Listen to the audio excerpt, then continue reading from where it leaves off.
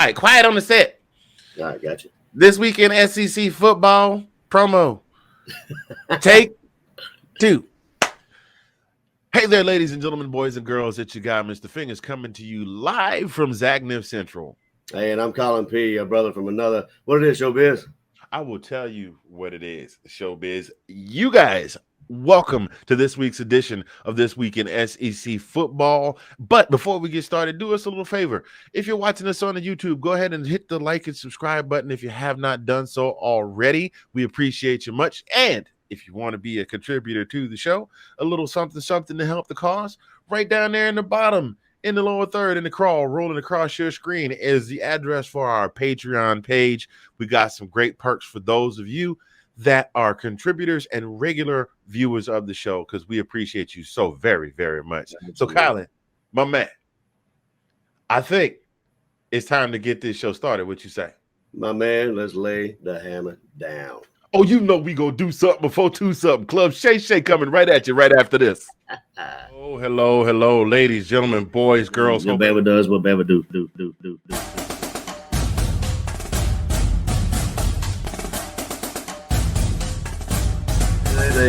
They were giving Alabama like Alabama was this. If Alabama didn't lose their two starters, does not show up that day, Dude, or was it you watch the same?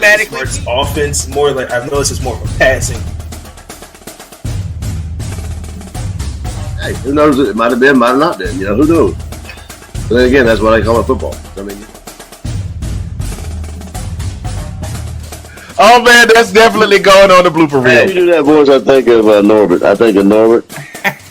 Oh my God, we have a dandelion encrusted rib.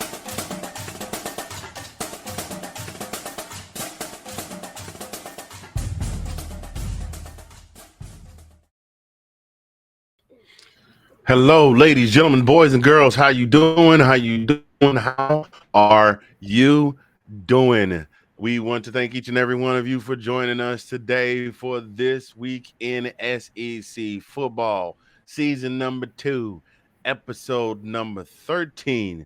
I am Mr. Fingaz, coming to you from Zagnif Central in Oklahoma City, and that fella right over there, the brother from another mother, the sexy mother Hubbard, the ace of base in the place. In your face, I am very happy to be here. Collin P. from the DMV. What's going on, baby boy? Oh man, I'm doing just great, man. How about yourself? Man, I'm surviving. This week at work has been no joke, but it's almost done, and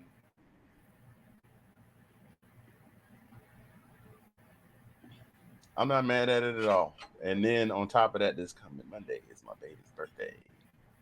Oh, awesome. So that's what's going on with me. How about you, man?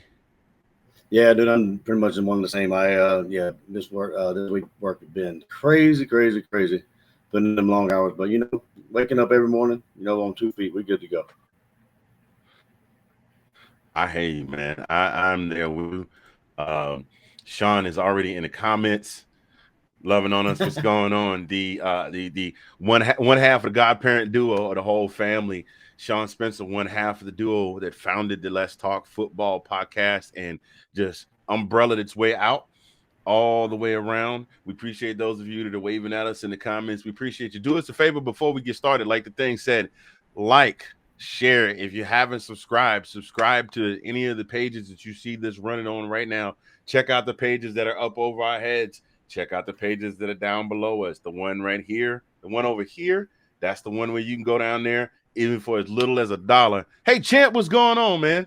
Not that Champ, by the way. There's another fella that I work with at the post office. His name is Kevin.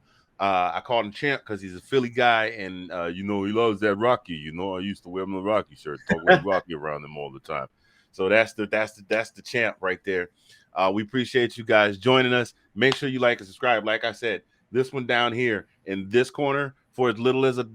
That's $12 for a whole year. Like Sally Struthers used to say, the price of a cup of coffee. Well, not anymore. The price of a quarter cup of coffee if you're at Starbucks. You can support this show for the whole year. All that money goes towards giveaways and for stuff like us paying for fees and being able to do all the stuff that we do. As a matter of fact, speaking of giveaways, I'm just going to go ahead and jump right on into it. before we even get started and rolling good, let's go ahead and put this out here real quick. Hang tight.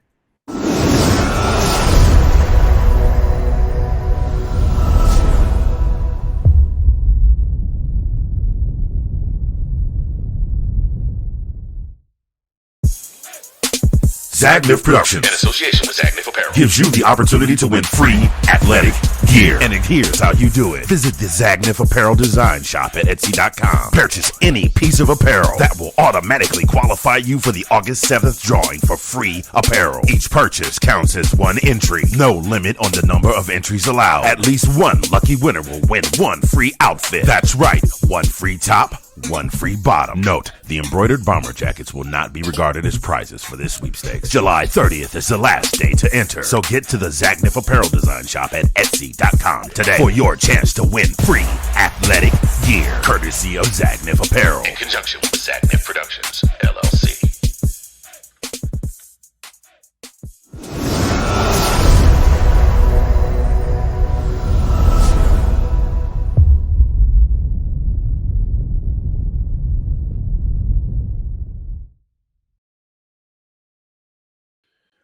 That's right, ladies and gentlemen. You can win free athletic gear. And if you go to the shop, the website is down there in the bottom corner over there, right up underneath Collin.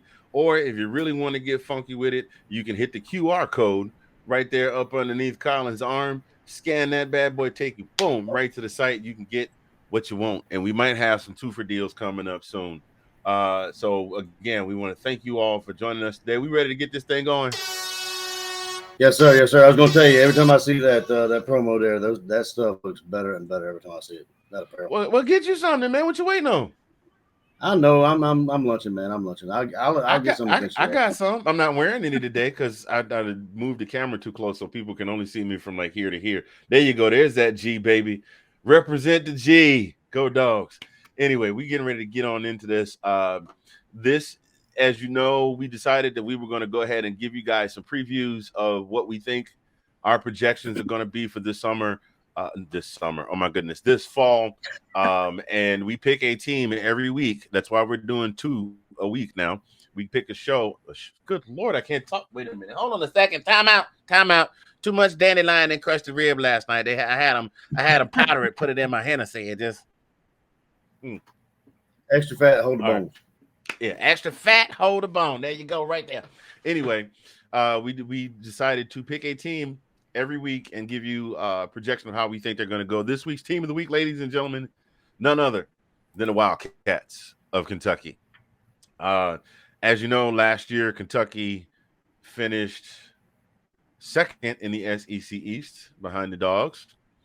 They had a 10-3 record with a 4-game. Wait a minute, hold on. Oh, that right there is the link. I hit that by accident, but that right there is the link to our podcast merch. If you want to get some podcast merch there, you can go by and pick up some of that. Anyway, go away. There we go. They finished 10-3. They finished 10-3. They had a 4-game win streak at the end of the season to include a 20-17 win over Iowa in the Citrus Bowl. So they got themselves New Year's 6. Mark Stoops has got those guys out there balling, man. I mean, there's no denying it. Kentucky fans are getting really excited about it. They have something to root for in the fall as opposed to, waiting for basketball to start. And they have become a very formidable opponent for the Dogs. Yeah, they've been it seems like they've been on the cusp. You know what I'm saying? They've always been like right there from turning the corner. You know what I mean? What do you think? I mean, this third Bob Stoops is our 3rd year. Let's see what happens, right? Yeah. And like I said, I mean, there are people that have called in.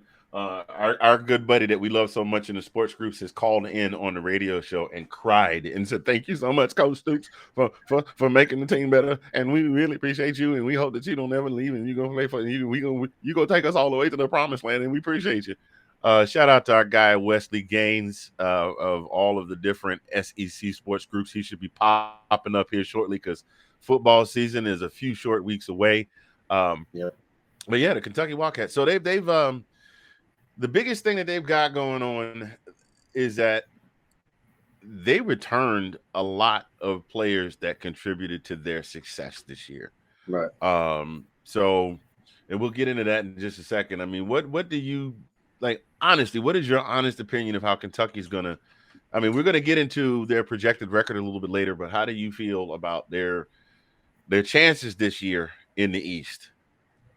Well, I mean, in the East, I mean, you look at who they have returning. I mean, their quarterback, Will had he had like 2,800 yards last year. Passing yards. I mean, he had 24 touchdowns, and you got Chris Rodriguez, the running back that's right there beside him. And not even talking about him. Then you got Robinson. He had a pretty good year last year. So I mean, you look at that and see if they can actually match or exceed that. This year, I mean, they've got a pretty good chance. I mean, they've within the SEC. Like SEC in general or the SEC East? I mean, Well, in general, in how do you think they'll fare in the conference in general? Because this is going to be the way that things are going with conference realignment. This may well be the last year that the conference is played as is. I mean, OU and Texas might ride it out and wait until 2025. But if the Big 12 collapses, then there's no payout to be paid. It's my understanding is the way that works. If they get under, I believe it's if they get under 8 teams. And now they're down to 10. So all it takes is for 3 more teams to jump ship. And then the SEC doesn't have to pay a buyout to get them out of that grant of rights. So, how do you think they're going to do this year? I don't know. I mean, I think they'll be second, to us, again, barring us having any kind of, any kind of snafus or whatever. But I do think they'll be as good, if not better this year. I mean, I think that they'll be second in the East. I don't know as far as SEC as a whole, maybe fourth. I'm not sure. I mean, like they've got it's just the SEC. I mean, like you never any given Saturday, they got a couple of, I guess you would say cupcakes, but I mean, not really cupcakes. I mean, look at Miami of Ohio. I mean, I wouldn't really look past them. And Northern Illinois, you never know what they could do. But I mean, I think they're going to do pretty well this year. Okay. Yeah, and we'll talk more about that as we go along. But you mentioned some of the key players coming back. The Collin people right there, ladies and gentlemen, that's my co-host. That's my dog. We both Georgia born, Georgia raised, Georgia bred. So no bandwagon fans here. This isn't one of we're not these guys that can't tell you who the coach was before Kirby Smart. Looking at you, all of you new Alabama fans from the last 10, 15 years. Anyway, did I say that out loud? I did. They're gonna get me. They're gonna get me for this in the group. I'm gonna clip this and throw this in the group and see just what kind of feedback we'll get. I wonder how many groups I'm gonna get kicked out of. Hey, the sad thing is that how many bandwagon Georgia fans you think there are? Not too many. I mean, I have. Oh yeah, I'm 100% sure they're Georgia bandwagon fans. They don't know. You think so? Yeah, man, dude. You don't. I mean, there are fans of the team right now that were not fans of the team until Mark Richt became the coach, and were contemplating maybe going and following another team until Kirby came along. Yeah, I'm just telling you, they don't know anything about Noonan, about Jim, about Noonan, and oh my God, I can't remember. He was the first coach after Vince retired, right? About Donnan. Donnan, thank you, Jim Donnan or Doonan or however you spell his name. Let's just say, ladies and gentlemen, boys and girls, it was a very tough time in Georgia football history. So yeah. They don't know anything about that. Vince Dooley retired, and everybody cried. And Vince is our savior, and we hope you never leave. And like, but do you actually think this is kind of a same kind of scenario for Kentucky with Stoops? I mean, they got a new coach. Well, we do live in an age now. We do live in that age of what have you done for me lately? Like who's hot? Like if Stoops were to get a job, let's just say Stoops would retire. Or he would get a job making way more money coaching a program that had more potential to get to where he wanted to get more quickly, and he left and the program fell off. Yeah, I'm pretty sure all of those football fans would be back in the basketball coliseum. I mean, they would at least go and support the team and see if they were going to be good. But if they turned out to not be, 100%. I got you. But you did, you touched on some things that we were going to get into. 2 of their key players that are returning that you mentioned, the quarterback Will Levis. He did throw for just over 2,800 yards and 24 TDs last year with 13 pickles, as our good buddies on radio station in the National Capital Region like to say. Really good year for him. The interceptions need a little bit of work. I mean, you played 12 games. That means you're averaging at least one per game. Chris Rodriguez, 1379 on 225 carries with a 6.1 average, 6.1 yards per carry average, and 9 touchdowns. Now, he might miss. I did look this up. He might miss sometime at the beginning of the season because he got a DUI early this month. There has not been any punishment handed down yet, but he was arrested on suspicion of DUI. He did plead guilty to the charges. So they may miss him for a couple of games, but looking at the schedule, I think they'll be all right. If he might get a 1-game suspension, he might get a 2-game. We don't know. They're definitely going to miss Wan'Dale Robinson, who was their leading receiver last year, got drafted by the Giants, 1334 yards on 104 catches. So that's a need that they have. They got a couple of freshman receivers coming in. I'll talk about them in a second. But they got Tavion Robinson coming in as a transfer from Virginia Tech. He's a wide receiver. Actually, he's more like a Swiss Army knife because he plays wide receiver. He plays defensive back. He plays punt and kick returner. But he did have last year at Virginia Tech 14 catches, 559 yards, and 5 touchdowns. Now, we know that Virginia Tech is still they're still trying to do their thing after Frank Beamer, Beamer leaving at the Beamer Ball. So, you know, they had to kind of figure out where to put him. So he's coming in, and then they have these 2 freshmen coming in, namely Barian Brown from Nashville and Dane Key from Kentucky. Both of them are 4 stars. Dane Key actually won he was a Paul Hornig award winner.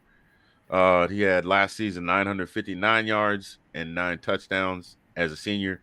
He had 625 and 11 as a junior.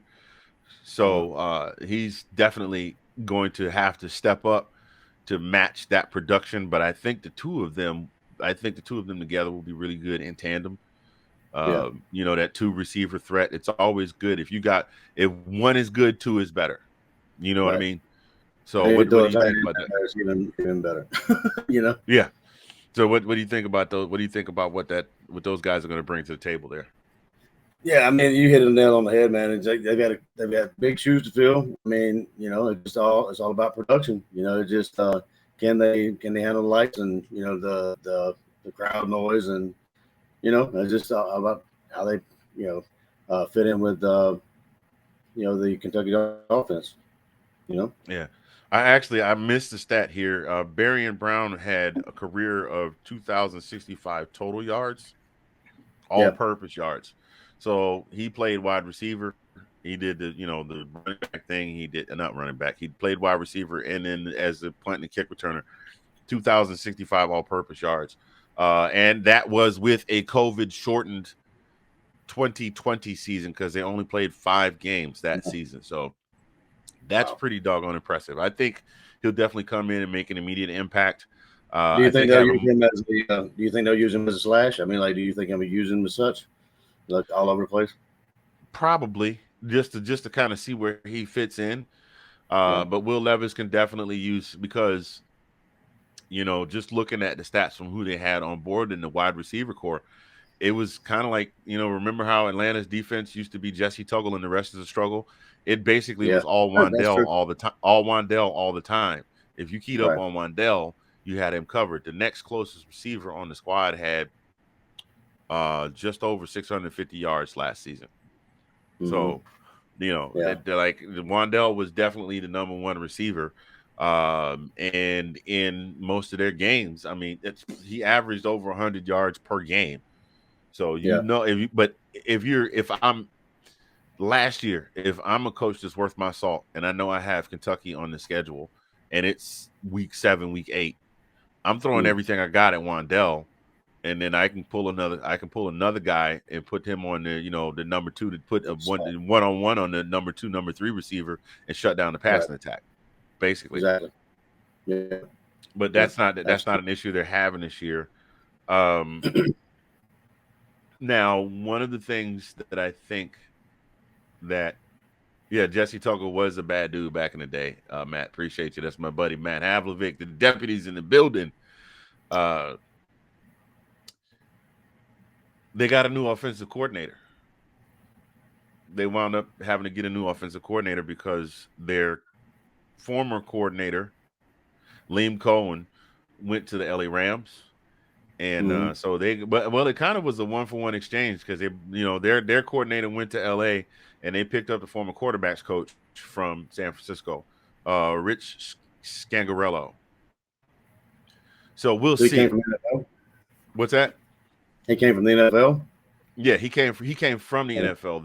Their OC went to the NFL, and their new OC came in from San Francisco. I got so you. Okay. I don't, there's going to have to be some work done there. There may be a little bit of a learning curve, so he's probably had to jump right in with Coach Stoops and start learning the schemes and the plays and coming up with things, coming up with schemes of his own. Because that was a high-powered offense, and he's going to have to be able to build a high-powered offense. Although I do think that bringing in a pro-style OC is a good thing because these kids, their whole goal is to play in the pros. So if he can implement a good pro-style offense, that may make them even more of a dangerous opponent further on down the road. Make them more of a threat. Yeah, that's true. Yeah. So their biggest strengths, that was their biggest strength was their offensive unit. Now their defensive unit was pretty solid too. They weren't really able to, and this is not me knocking, they weren't really able to shut Georgia down like that quite as much, but they still were able to hold them down. You know what I mean? They were able to hold them down pretty good for a little while until they really started to break through, finding the chinks in the armor, as it were. Some things here about Dane Key. Some things about Dane Key here. The scouting report that we got from him, here's from 24/7 Sports, that he tracks really well. He tracks the ball well. He's able to make contested catches regularly, which is very important. He can catch the ball away from his body. He's good at that as well. He's able to change directions on a nickel, not even on a dime, on a nickel. And create separation. He's good at creating separation. And they say he's still got room to be more explosive and faster on his top end speed. So he's got some good speed. They're saying that with a little training and some work that he could develop that breakaway, like Kareem Hunt, giving people the deuces on the way down the field. They give his 40 on that you're looking at, or no? I don't have anything there on him. I was just curious. Now he enrolled. He signed his letter of intent in December of last year. He enrolled in school in January, so he's been on and off campus for 7 months now.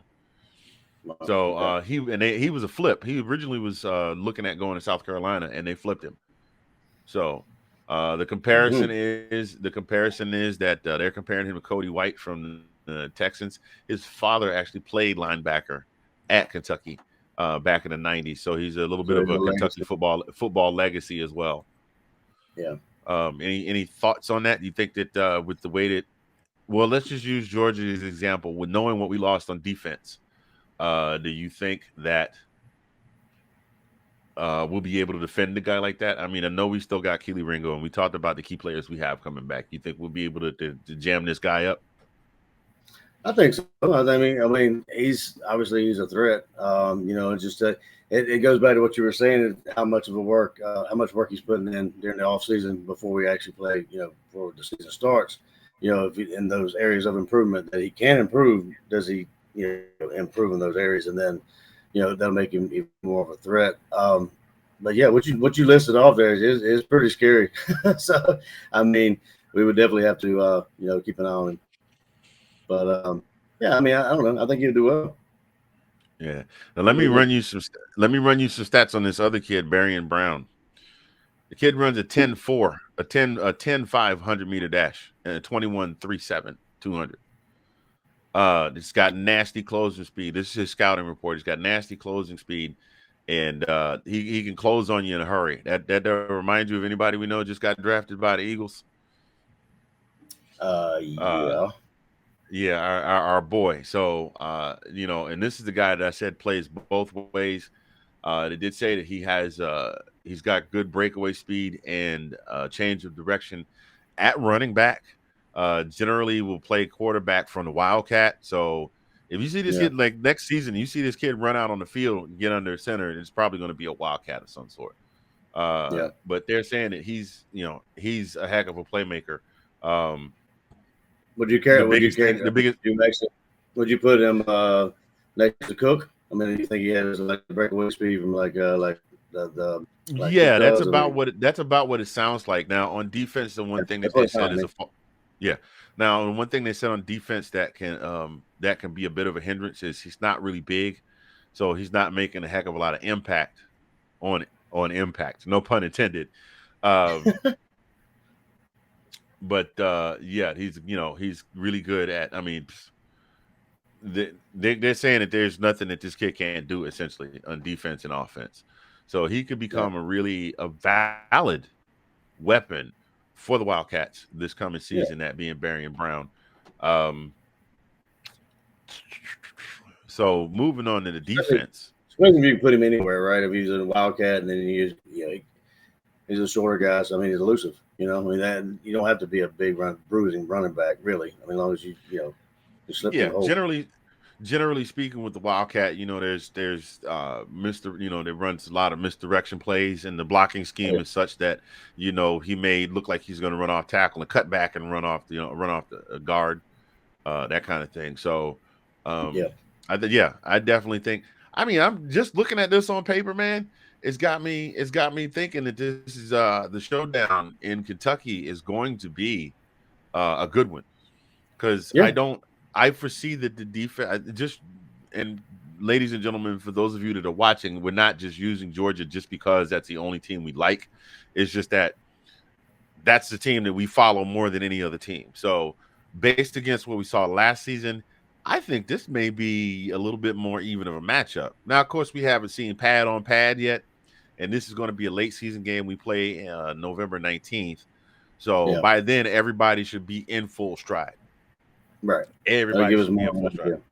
Yeah, it'll give us more of an idea. But I mean, like I said, you and I both know what you see on paper and what you see on the field is two different things. But I mean, but yeah, I mean, I'm with you. Like and I've always, I just said that Kentucky's always been kind of, to me, on the cusp, like they're rounding that corner, and it seems like Stoops got them on the right track here.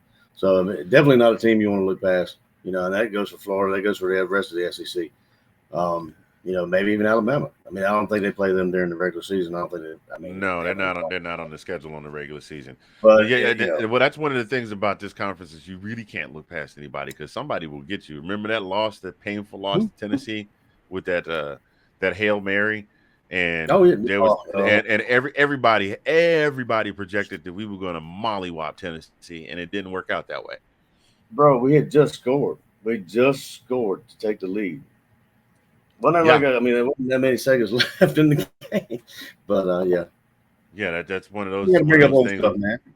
One of those drawbacks to scoring too fast, which is why one of the things that I admire about Kirby is if he has a good lead working, he's gonna grind it out. Or if it's a situation where we have to score to win, he's really good about keeping the 2 or 3 solid running backs that'll get you 4 or 5 yards per carry, right? That will be able to grind the clock out. So he's a lot more adept at that than no knock on Mark Richt. God bless Mark Richt, we love him, but he's a lot more adept at that than Mark Richt was. So, and he definitely found the formula last season.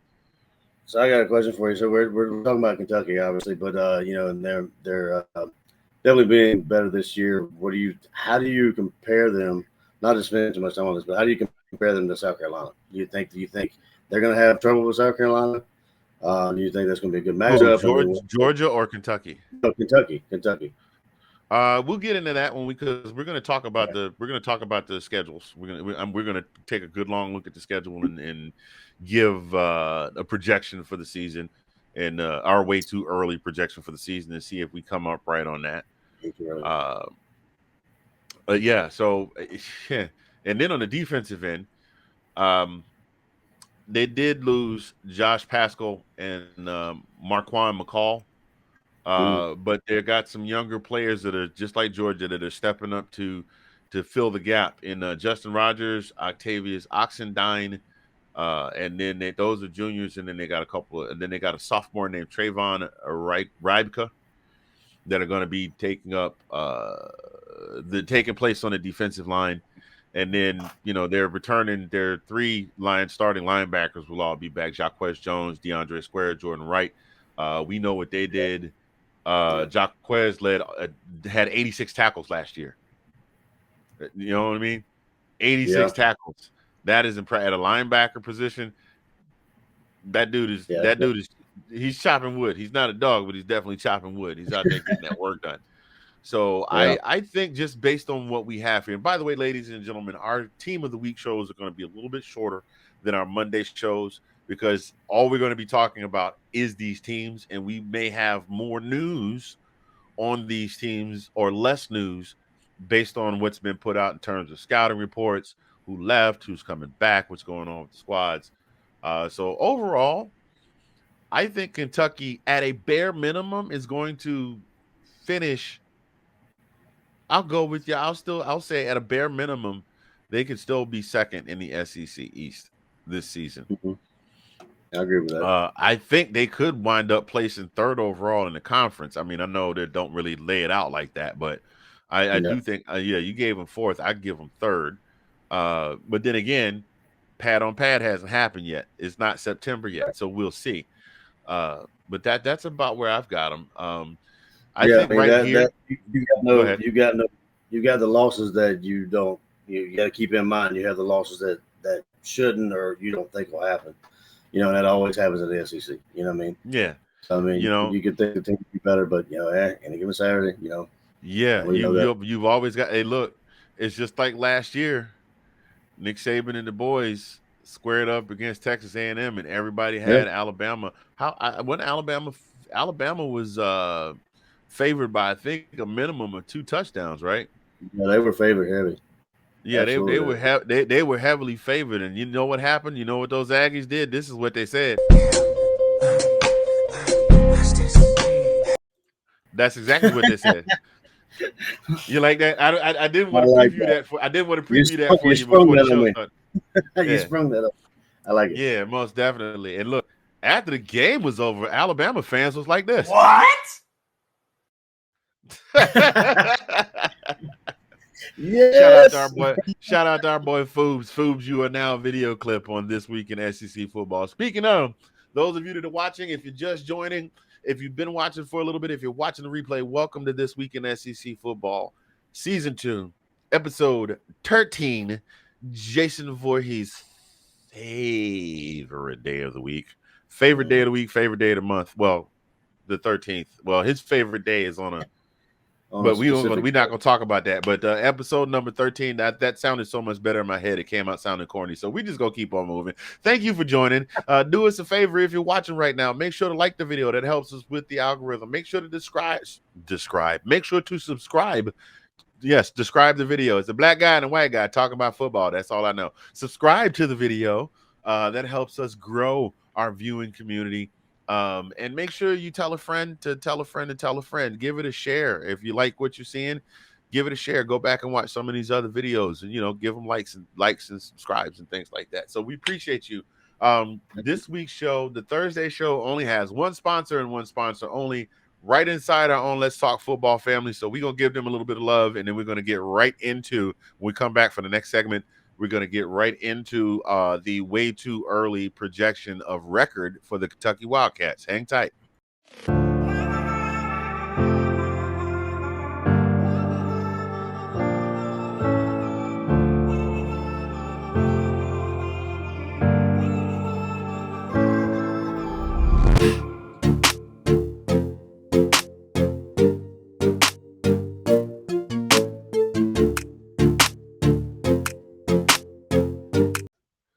That's our guy, Sidney Swinton, 1/3 of Let's Talk Football Sundays, hosted by himself, his lovely wife, Ash Swinton, with the Mrs. Swinton's Pop Quiz, and the man, the myth, the Godfather, who has his hand in every little pot. He even pops on our show every now and then.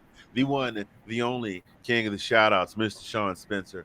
Go over there, check him out. He's on TikTok at Squid Rips Cards. He can hook you up. He's been hooking people up ever since he got this venture started. Rookie cards, throwback cards. You need it, he can probably get it for you. So go holla at him today. We appreciate you, Sid, for being a sponsor of this week in SEC football. So let's go ahead and get on into these. Let's go ahead. I got to play this one more time because I just love the clip. We got to get into this. So y'all. Yes. This week's You coming? yeah, caught you dancing. Let's get into the let's get into what we think the record's going to be this season. So, Kentucky Wildcats season opener Saturday, September 3rd. I'm sorry, the 3rd. Yep. Yeah, September 3rd. I got to clean my glasses. That looked like a 3, and then I was like, no, that's an 11, so that should be a 4. The 3rd at playing Miami of Ohio at home. Not trying to take anything away from Miami of Ohio, but I definitely give that one to Kentucky. Defer to you, sir. Yeah, no, absolutely. But I mean, it won't be. I don't think it'll be something they need to look past because I mean, Miami of Ohio. I mean, Gabbard is nothing to sneeze at. So yeah, I'll give that to Kentucky as well. But it might be a close game. Okay. September 10th against the Gators of the University of Florida. Snap, snap. I don't know what's going to happen with their new coach. They've got their quarterback back. A lot of people are saying don't sleep on him, but he's definitely – I think of him as more of a no knock here, so don't y'all go saying I'm starting some stuff, you trolls, because I know how y'all like to do. I like to think of him more as a Lamar Jackson than I do Russ Wilson. He loves the run. Yeah. He was one of their leading rushers this past season. I think he was the leading rusher this past season. So I don't know. First, new coach, quarterback coming back, learning new systems, new plays. I think they have some growing to do. Kentucky's returning too many people. Florida's had a lot of decommits. Billy Napier, that's his name. They're returning too many players in Kentucky. I'm going to give that one to Kentucky. I think Kentucky takes this one from the Gators in their home stadium. Yeah, I agree with you. I mean, did they beat Florida last year? I think they did, didn't they? Yeah, they did. But that was before the meltdown. I mean, actually, if I remember correctly, it was before the Florida actually just imploded. But so that says a lot that they beat them, before when they did. Yeah, I'm going with Kentucky as well. It may be a close game, but Kentucky has the ability to pull away from this one, in my opinion. Yeah, I think. I mean, they might try and make it. They might try and make it close, but I think Kentucky's going to wind up opening it up in the late third quarter and putting the whole thing to bed. Especially in Florida Stadium, I mean, you never know about home field advantage, that kind of stuff. But still, I think Kentucky. Yeah, I'm thinking midway through the fourth quarter, the fans are going to be making their way for the exits, which would be a heck of a way for them to start the season because they suffered from a lot of that last year. On the 17th, they got Youngstown State. I'm going to go ahead and just I'm putting a W by that one. Yeah, no, I'm with you. Go ahead. I'm got them on it. Now, the first don't look past game this season on their schedule is on the 24th of September against Northern Illinois. For those of you saying the Huskies were very impressive. While their record might not indicate it because they finished 9-5, they were very impressive. And they did manage to secure. Was it a bowl game that they played in the bowl game this year, right? Yeah, what did they? Was it Coastal Carolina? I'm not sure. I'll have to go back and look at it. Forgive me, Northern Illinois. Sorry, we do a lot of SEC football, and we did do a goodly amount of pre-show prep, but I didn't check to see if you guys played a bowl game. But for Northern Illinois to pull that one out, a 9-5 record. That's a don't look past game. I think it will probably come down to matter of might on might. So I think they're gonna at a minimum they're gonna give Kentucky a little bit of a bloody lip the first couple quarters. And man, give them something to think about. Like I said, they also have that new offensive coordinator, so we shall see. You give them the W, right? You give Kentucky a win on that. Yeah, I'm still giving the W to Kentucky, but it's definitely a don't look past game. That one's a swinging gate game, I think. So, next game on the 1st of October, that would be the Rebels of Ole Miss. I'm giving them get your popcorn ready. Yeah, I know. I'm giving them a W on this one. They lost 20 some odd % of their offense with Matt Corral. He's gone. And he threw for almost all their passing yards and ran for most of their rushing yards. Unless they've got a quarterback with the exact same playing style that's coachable and that has a good arm and keeps his head screwed on tight when the game's getting out of control. I'm giving that one to Kentucky because, like I said, that one's a matter of experience at the key positions, and we know there's no position more key than under center. So what you got? Absolutely, I'm going to go against the grain. I think Ole Miss is going to take this from them. I think Ole Miss it's going to be a close game, maybe a field goal winner. Maybe it might be a high scoring game, but it'll be tight. It might be won by a field goal. You really giving that one to Ole Miss? Oh yeah. Okay. I got a little bit more to say than I said, but it's Ohio State. That's why. Till last season. I'm writing this down and I'm putting the date on it. Now, don't you forget. Write it down. Stamp it. Take a picture. Okay, all right. I'll give you that one. Okay, next game on the 8th of October. Versus the Gamecocks of South Carolina. Yeah. With new coach, with second year. This is second year. Shane Beamer and new quarterback Spencer Rattler, former QB1 of the Sooners of Oklahoma. Thoughts? Well, it's just tough for me on the SEC East side of the things because I think again this is going to be kind of a shootout. I mean, I think it's going to be within a field goal, within maybe one touchdown. But I'm going to give it to Kentucky. I'm going to give it Kentucky. They're going to beat South Carolina by maybe at least a touchdown, if not touchdown, field goal. But even though that's in South Carolina, if I'm not mistaken, right? Is that there? I don't have the schedule pulled up in front of me. I believe it is. Yeah. No, that one's in Kentucky. Oh, it is Kentucky. That makes it even better. That one's in Lexington. I'm going to call upset alert on this one. I'm going against the grain on this one. This is going to be the upset alert for the year for them. This is going to be the one that kind of wakes them up, I think. And, yeah, so I'm giving this. I think Spencer Rattler's got a lot to prove. They brought in some pretty decent tools. Now, granted, he's going to be going against those linebackers and those guys in the secondary that are all coming back. But Spencer Rattler was a doggone good quarterback. Yeah. He just didn't have a lot around him offensively. He did have Marvin Mims, who will be back this season.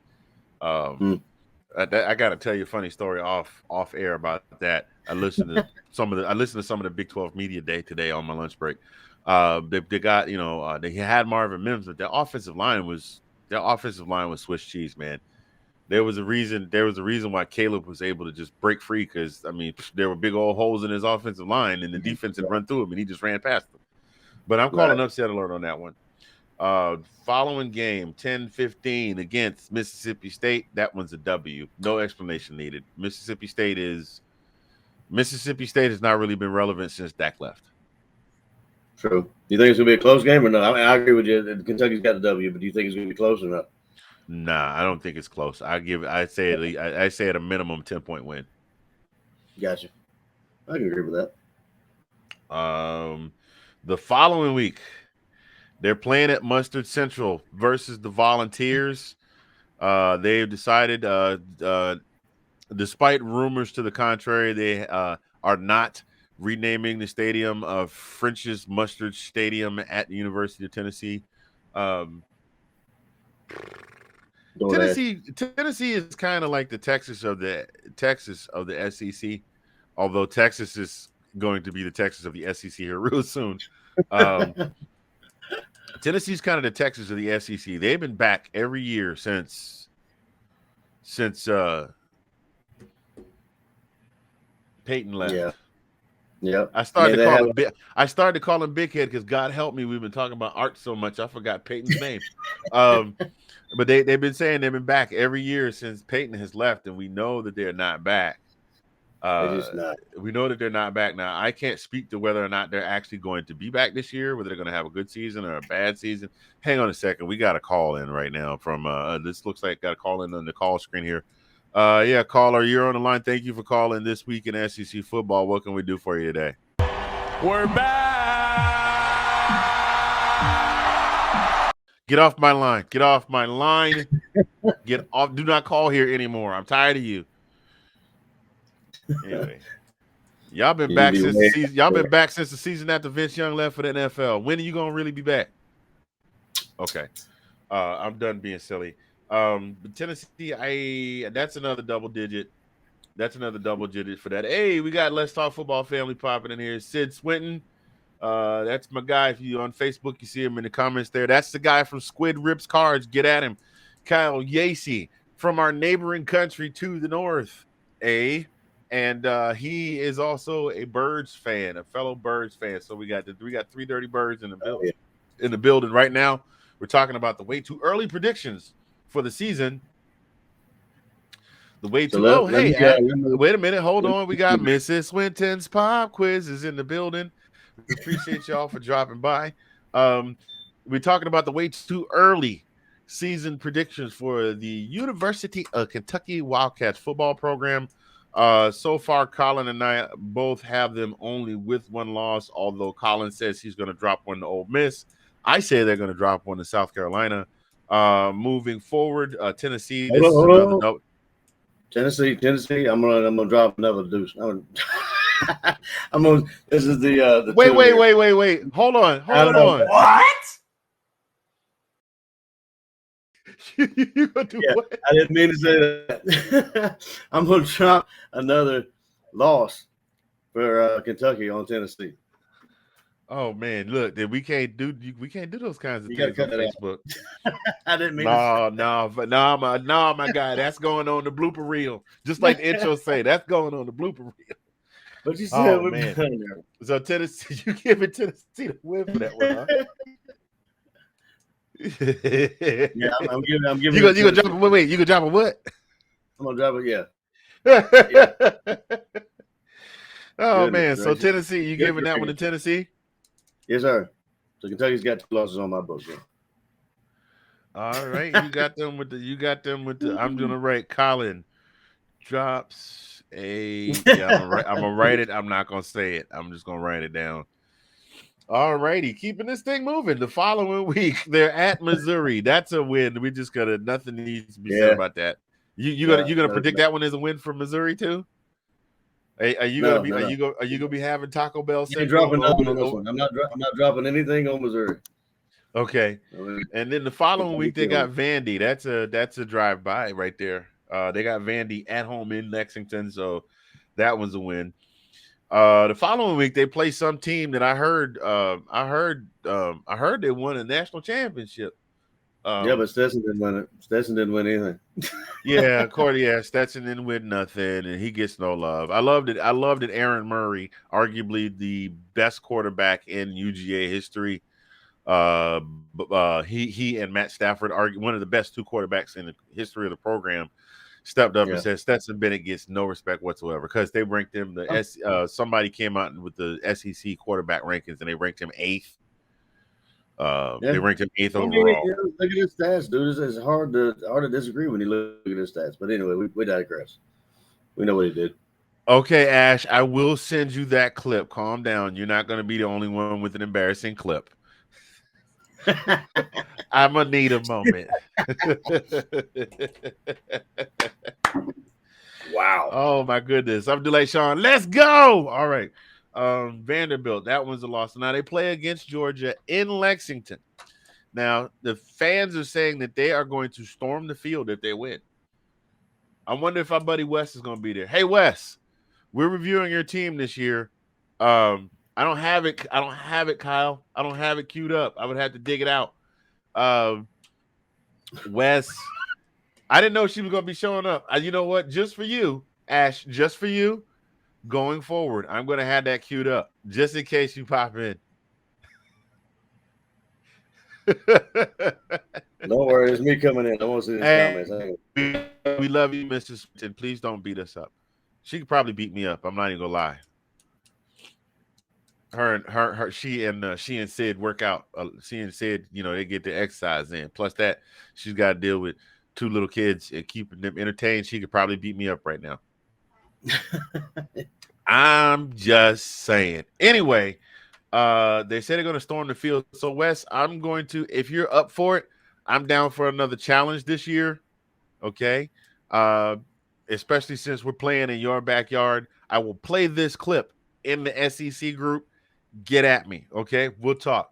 I think it's going to be another nail biter, but I think Georgia ekes it out. I'm giving it to Georgia. What about you? Ekes it out. So you think it's going to be an eker? Oh, I think it's going to be a little bit closer than before, just because it's a late season game at this point. Yeah, we don't know what the defense from Georgia is bringing to the table. We did lose quite a few guys. I still think they're going to reload, but I don't know how. Are they reloading with the same rounds, or are they reloading with similar quality rounds that do the same amount of damage, but you need more of them? So we'll see. I think this is the E. Plus that you're playing in Kentucky, and the fans are, after last year, the fans are definitely good. That stadium is going to be rocking and reeling and swaying, man. Absolutely. No, I don't think it's going to be a good game. I mean, not saying this as a homer or anything like that, but I think it's going to be more than a touchdown, maybe 2. It just depends on if we play 4 quarters. You know what I'm saying? It's like you said, it's the end of not end of the season, but the later part of the season. If we can continue to play, solid 4 quarters, I don't think it's unreasonable to say we win by 2 touchdowns. But okay, hold on a second, Mr. Faubert. Thank you for joining the show. As far as your comment is concerned, I have this. What? I told you. I told you I was going to clip it. I told you I was clipping it when we did the show last week. Anyway, and then the following week they got Louisville. That's one of those in-state rivalries. So, Louisville hasn't had much of a program since Lamar's been gone. They've been kind of up and down. That one I think is a win. You can't look by it, but I definitely think it's going to be a win. So what about you? Yeah, I'm going to do the Kentucky wins that one. Yeah. So what I've got here on paper is I've got them at 11-1. You've got them at 10-2. Either way, do you think that is good enough to win the East and get to the conference championship? Yeah. I mean, I honestly do, because they're, with the amount of players we had lost, you can't necessarily say we're going to run the table. I like to see it, but there's always that chance where you have that loss. The game that scares me the most is Oregon, like I said, but right behind that is Kentucky. So those are the 2 games that I definitely think, if there's anything to be lost, those are the 2 games, and I'm hoping that's not the case. And we said the Oregon game is going to be a litmus test on pretty much how the season is going to go. Yeah, absolutely. It's going to be kind of the litmus test there. But then again, following that up with an up and coming, Bob Stoops led Kentucky team that's on fire and ready to win games. It looks like that's kind of scary. I'm with you, but we just got to stay on point. But I feel you there. It's just 4 quarters. You know what I'm saying? We've proven that we can do it. Now we got to keep doing it. That's the fact. You're 100% correct on that, sir. Those of you just joining us, welcome to This week in SEC Football Season 2, Episode 13, Mr. Fingaz from Zagnif Central, the brother from another Colin P from the DMV, live from Virginia. I almost put down seconds, but I need to put down minutes. And that, ladies and gentlemen, if you have not no idea and you've never watched the show before, you had no clue what I'm talking about. The final segment of the show, the 2-minute warning. This is a part of the show where we just kind of give, we give our thoughts on anything. It could be something completely random. It could be something philosophical. We've been doing a lot of talk about, drop something. We've been doing a lot of talk about self-care, take care of oneself, looking out for yourself and others. I'm going to let you go first with yours this week, sir. Oh my goodness, put me right on the spot. I don't really have too much. It was kind of like it was last episode. It's just be thankful for what you have. I don't really have anything specifically that happened to me, recently that I can necessarily talk about. But yeah, love each other, and if you have somebody that's in your life that you feel important, make sure you tell them how you feel. Yeah, because tomorrow is not given for either one, yourself or that particular person or people.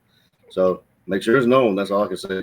Is it bad that anytime I hear somebody use the phrase "is not given," I automatically in my head I think of Sean like the race is not given. Like that's yeah. I can. Yeah, it's just it seems just to expand a little bit. There's been several. Not necessarily. Well, there have been a couple of friends of mine, older people that I've had good conversations with, going out to the pub and what have you, and some other people that have recently passed. It just seems like it's kind of been a lot of them, in the past, several months, and it just seems that way. Maybe it's just 2 or 3, but it just seems like it's just, your day can go. You just never know. It just kind of makes you think about it, when it happens that close to you. You know what I'm saying? That's all I'm trying to say. Yeah. And as far as that is concerned, not knowing when your day can come, I don't always put a lot of stock in some things that are said in popular culture.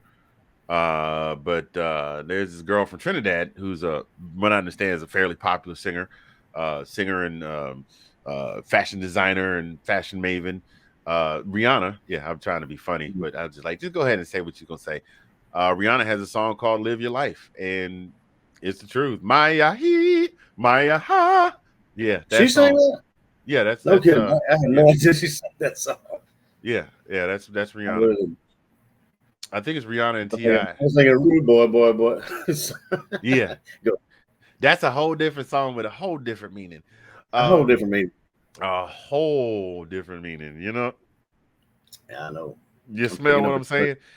Look, Rihanna and Rude Boy. That goes along with this one here.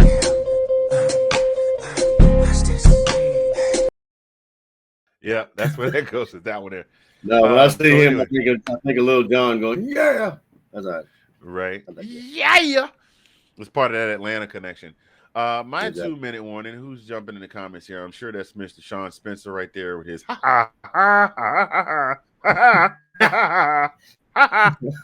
period. There we go. I put a little something on the end for you, like Nick Cannon. No, I didn't want to put nothing on the end like Nick Cannon because Nick Cannon made too many babies. I got 4 and they all grown. I'm good. Thank you. My thing is, my 2-minute warning this week is you never know when you get an opportunity to be a blessing for somebody ever.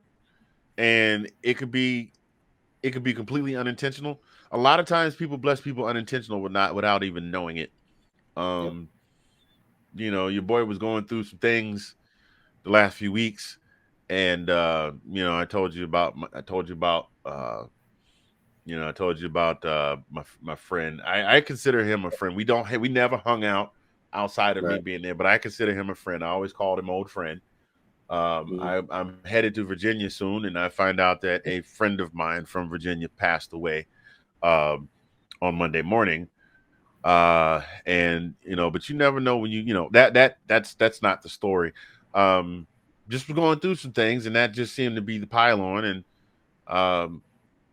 my wife and I were we were just talking yesterday, and she just laid some stuff on me. She said, "You just got to do X, Y, Z, and Z." And just that little conversation that we had, just it was just enough to push the peg back in, the one that was coming out. You know how there's always in the movie that one little piece, that bolt that's getting ready to fall out, and the whole train's getting ready to come apart. It was just enough to push that bolt back into place, and you know, it's been holding me together. Now I still can't wait for 4:00 tomorrow afternoon when I get off work, so I can do like Fred Flintstone and yabba dabba do my way up out of there. But not that I don't like my job. It's just been it's I love my job. I love the people I work with. I'm just saying that. But it's burnout. I've been burnt out. The realization hit me that I have not taken a vacation, not just you got a long weekend so you get an extra day off, or the time changes so you get to sleep an extra hour longer, or the office is closed due to technical difficulty so you get there. I mean a planned get in your car, go somewhere and do nothing. No work, no schoolwork, no nothing. I have not done that since the year 2007. I feel you. That was the time I went to Vegas. That was the first time I went on vacation, and I don't know how long. I mean, that was the first quote vacation. So yeah, I've been burnt out. It gets old when you don't miss any work. You don't miss work. You try not to take sick days. Even if you're sick, you stay home and work from home. And you know, I went to see my mom a couple months ago, and I still worked half days the whole week I was gone. I did not take a single day off. So yeah. So my wife just gave me it was just a little push in that direction. And you know, yesterday and today have been productive. I've been able to keep my brain on things and stay focused. So baby, if you're watching this, I love you. Thank you. That's all. That's my 2-minute warning. That's all I got. I got you, man. I can agree wholeheartedly with that. I mean, I get burned out too. But I mean, it's funny to say that, or not, I mean, I say funny, but it just sometimes you just need that little bit of conversation, and you never know how people are put in your life. But some people that are put in your life, you know, make the world of difference in your life. You know, 100%. Regardless of good or bad, regardless if something happens, if they did something bad to you or good to you. I mean, it makes you kind of reevaluate things. It's kind of like a catalyst. It's kind of like make you stop and think about what am I doing? What should I be doing? You know. Absolutely, man. So listen here, ladies, gentlemen, boys and girls, we do want to thank you for tuning in to this week's edition, the Thursday edition of This Week in SEC Football. University of Kentucky, I've got them at 10-1. I've got them at 11-1. Collins got them at 10-2. We shall see what comes out of that. We will be back on Monday with our regularly scheduled program. We'll be talking about more conference realignment. It's getting old, but that's what's going on. We may talk a little bit about the Big 12 Media Day, because I did get to listen to some of that today and what they talked to some of the guys about, some moves that are being made within the conference, things of that nature. So we will be back on Monday. But in the meantime, between time, on behalf of myself and my co-host Collin, and mad thanks and props to our Thursday sponsor, Squid Rips Cards, and our boy Sid Swinton. Holla at him today. He's on TikTok twice a week at Squid Rips Cards. That's the tag right there that you can get at him on. As a matter of fact, Sid, if you would go ahead and be so kind as to put in the comments if you're still watching when you are on, what 2 days a week you're on. We'll make sure we put that out there for you as well. When we do the post edits, we'll put on there what days you're on. But we thank you. We appreciate you. And until Monday, we are OUT out. Go Dogs. And go Dogs.